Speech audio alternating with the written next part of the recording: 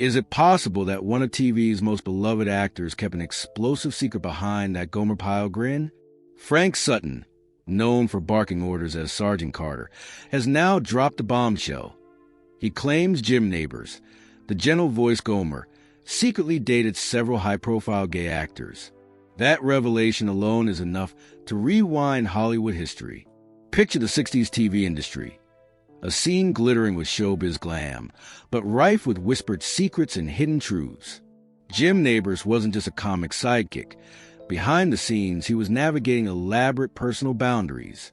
So why would Sutton, a man famous for being tough on camera, now pull back the curtain? What did he see? What did he hear? And what has he decided to say now? Stick around, because this isn't just a Hollywood romance story. It's a window into a world where identities were hidden and reputations had to be fiercely protected. And Sutton's choice to go public? That flips the script on everything we thought we knew about these iconic stars. Before the rumors, before the whispers behind closed doors, there was simply one of the most iconic comedic duos on American television, Jim Nabors and Frank Sutton. In the 1960s, Gomer Pyle, USMC wasn't just another sitcom. It was a cultural phenomenon. At the center of it stood two men who couldn't have seemed more different. Nabors was wide-eyed and soft-spoken, known for his signature catchphrase, golly, and an innocent charm that made him instantly lovable. Sutton, on the other hand, was the barking, hot-tempered Sergeant Carter, constantly on the verge of losing it, usually because of Gomer. But behind that hilarious chemistry was a real-life connection. Off-camera, Sutton and Nabors developed a close friendship that many say went far deeper than the script. The two men spent long hours together on set, rehearsing, eating lunch, running lines. And more than once, cast and crew noticed that they were almost inseparable when the cameras stopped rolling. While Sutton had a family and maintained a traditional public image, Nabors' private life was more guarded, especially as rumors started to swirl. At the time, Hollywood was not a safe place for anyone who didn't fit the mold. LGBTQ identities were not just frowned upon. They could end careers overnight. Executives wanted clean-cut, masculine heroes on TV screens. Anything else could spark outrage or cancellation. That's why it's so significant that Frank Sutton, a man known for playing the embodiment of military masculinity, may have known the full truth about Jim Nabors and never once used it against him. Some believe Sutton protected Nabors in subtle ways. He would often deflect uncomfortable questions from press interviews, change the subject if personal topics came up, or jokingly cover for Gomer's odd moments of disappearance during production downtime. While none of this proves anything on its own, it painted a picture of deep loyalty. Sutton had every reason to play it safe, yet he consistently stood by Nabors during years when the actor's name was caught in tabloid speculation. The Gomer Pyle show ended in 1969, but its impact lasted decades. Nabors went on to perform music and guest star on variety shows, while Sutton did more character work and stage performances, until his tragic passing in 1974. In the years since, the silence surrounding Jim Nabors' personal life was only ever broken in whispers until now. And that's where this gets interesting. Because while the world moved on from Gomer Pyle, Sutton's words, buried for years, have recently surfaced. They point to a much deeper story than anyone expected, one filled with hidden romances, high-profile connections, and secrets that may have stayed buried if not for Sutton's decision to finally share what he knew. But was Sutton really revealing the truth, or just repeating more rumors from a deeply secretive time in Hollywood? What he allegedly said next didn't just name names. It shook up long-standing Hollywood myths. For decades, fans believed Frank Sutton and Jim Nabors were just work friends, two pros who brought one of TV's best comedy duos to life. But according to multiple secondhand accounts and resurfaced interviews, Sutton may have held on to a set of secrets far more personal than anyone expected.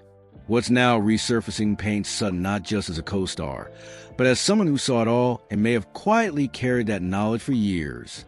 First, it's important to understand the environment in which Sutton spoke out. It wasn't on a press tour or in some major televised interview. Instead, the alleged comments came through more private circles. Stories passed down through cast members, assistant writers, and even Sutton's own relatives. The whispers started to resurface when certain archived interviews were digitized and reshared online, sparking Reddit threads and fan theories that refuse to die. One of the most discussed accounts came from an off-camera interview Sutton gave not long before his death in 1974. Though the tape itself has never been released publicly, people close to production claim Sutton hinted that Nabors was involved with several famous actors, men who were also hiding in plain sight in Hollywood. Sutton reportedly said, "Jim had a circle. Everyone did in this town. You had to be careful, especially if you were like him." Those cryptic words hit differently now. While Sutton never directly outed anyone, the implications were clear. He wasn't bitter or gossipy. Those who heard him speak say he sounded almost protective, even regretful. The tone wasn't scandalous. It was heavy, as if he was quietly acknowledging the price Nabors paid to keep his personal life from public destruction. Things got even more interesting when an old production assistant who worked on Gomer Pyle, USMC, claimed Sutton once confided in him over drinks after a long day of shooting. According to that assistant, Sutton described seeing Nabors meeting up after hours with someone you'd never guess, big names. While no names were shared in that alleged conversation, the assistant said Sutton had a way of dropping hints, never directly confirming, but leaving no doubt. Whether these stories are 100% accurate or clouded by time, they reignited interest in a side of Frank Sutton the public rarely saw. Most fans knew him as a loud, red-faced drill sergeant who always lost his cool, but away from the cameras. He may have been more perceptive and emotionally intelligent than anyone realized. He wasn't just watching Nabors the performer. He was watching a man quietly navigating a double life, trying to protect something precious in a town that was anything but forgiving. And what came next in Sutton's quiet revelations would send fans and researchers digging even deeper. Because according to these accounts, he didn't just speak in vague terms. He eventually said names. For years, one name floated above all the whispers: Rock Hudson, the matinee idol, the ultimate Hollywood heartthrob. On the surface, he and Jim Nabors couldn't have seemed more different. Hudson with his towering, all-American masculine presence, and Nabors with his gentle southern drawl and wide-eyed charm. But for decades, fans couldn't stop repeating the rumor that the two were far more than just acquaintances. The story went that Nabors and Hudson were secretly involved, and at one point even got married in a private ceremony as a joke among friends. The story exploded in the mid-70s when a fake wedding invitation, mocking the two stars, was circulated in Hollywood as a prank.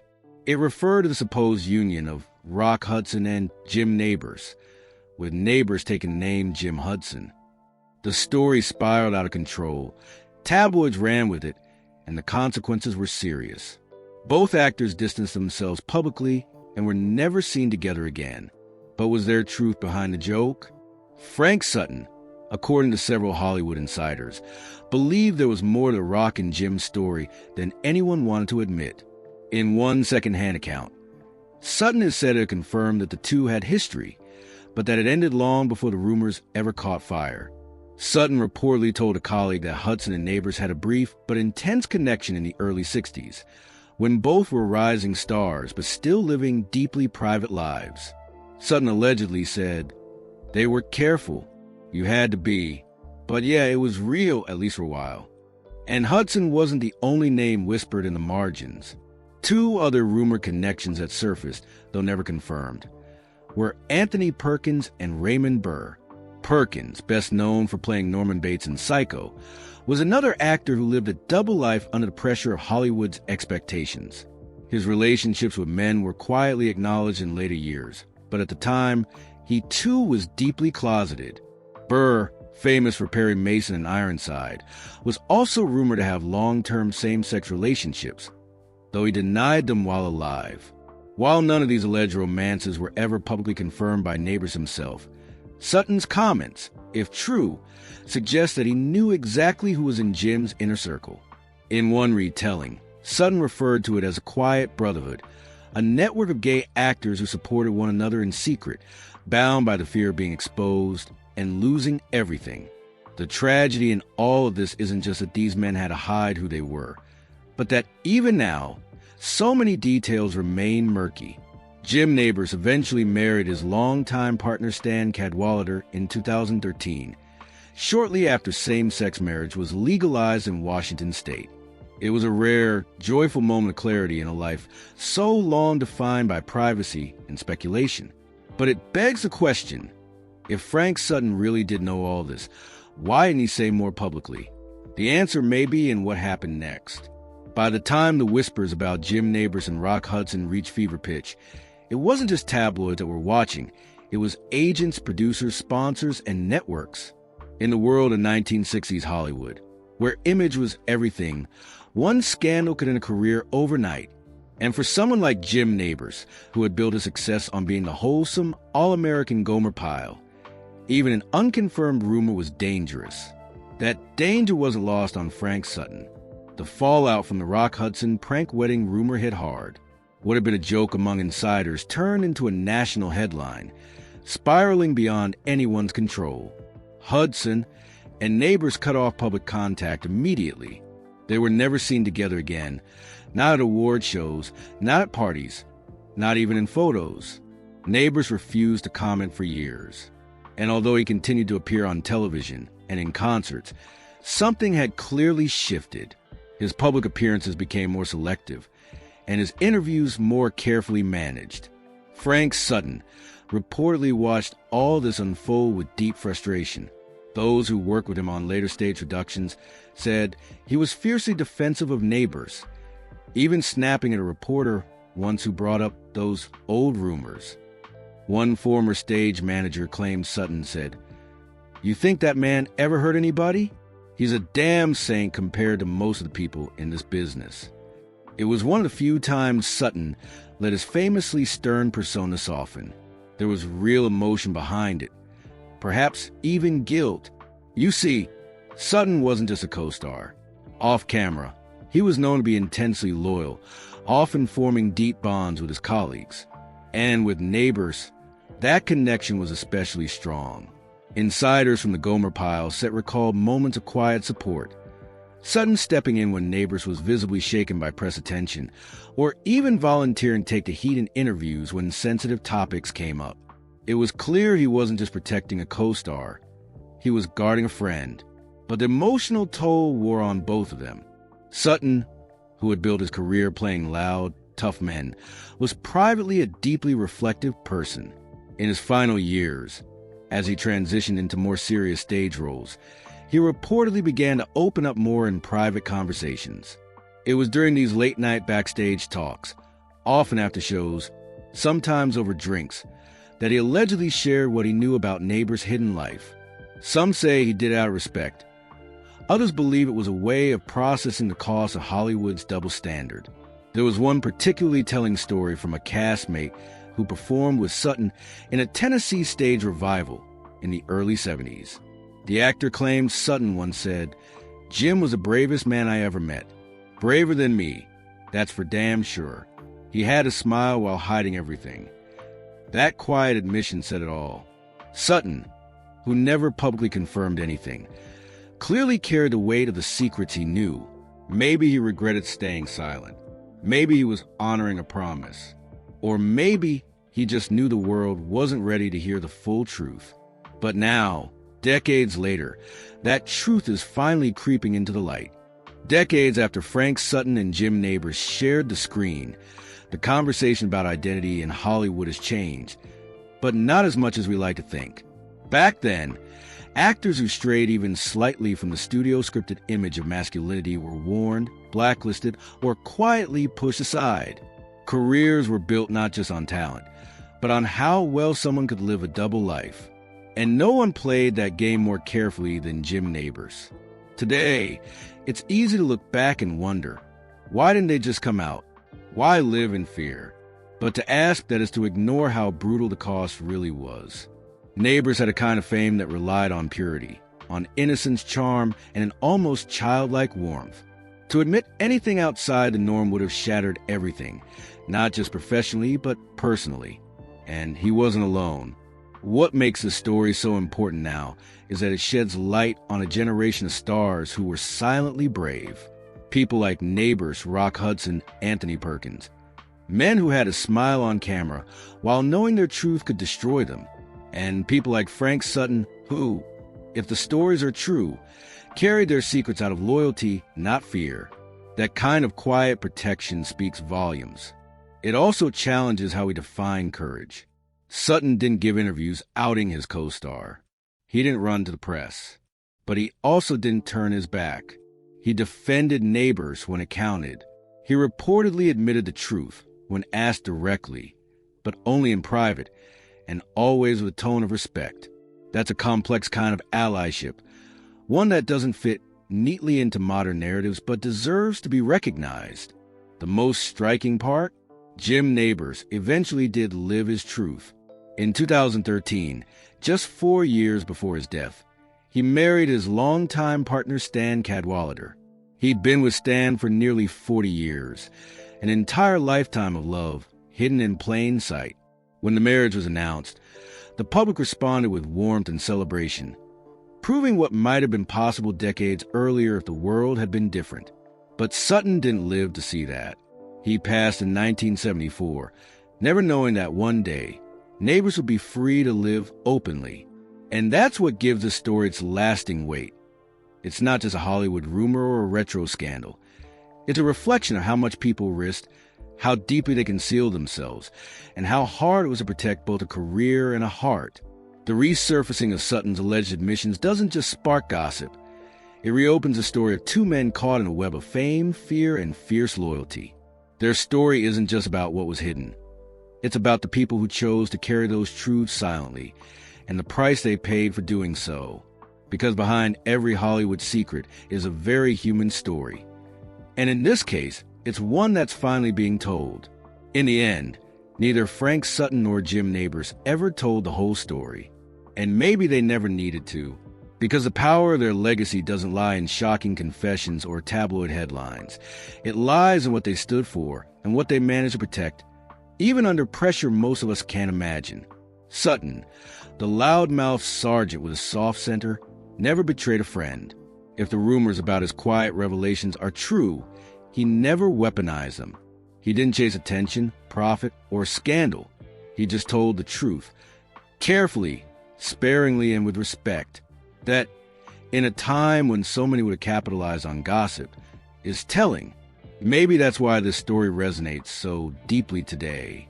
It wasn't just about secrecy. It was about dignity. And Nabors, for all the speculation and side eyes he endured, built a career that touched millions. He made people laugh. He sang with real emotion. He brought joy to families across the country. Behind the scenes, he loved someone deeply for decades. Quietly, privately, but no less powerfully. And when he finally got the chance, he said out loud, he married the man he loved. And just like that, the secret that followed him for so long no longer had power over him. Still, something about the mystery never fully fades. People are fascinated not just by the names, but by the silence. Why didn't more people speak out? Why did Sutton, who supposedly knew it all, never confirm everything publicly?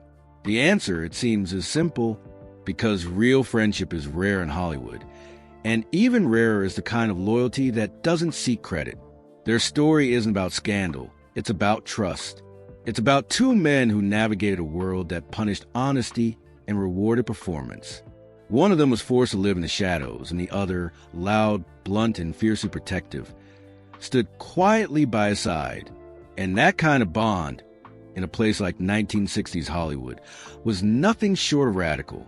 Today, conversations around sexuality and fame have evolved, but the scars from that era still show. For every actor who comes out with public support, there's still others holding back, worried, like Nabors once was, that the truth could change everything. That's why stories like this matter, because they remind us how far we've come and how far we still have to go. Frank Sutton may have died before the world was ready to fully understand what he protected. And Jim Nabors may have taken the full truth of his relationships to the grave.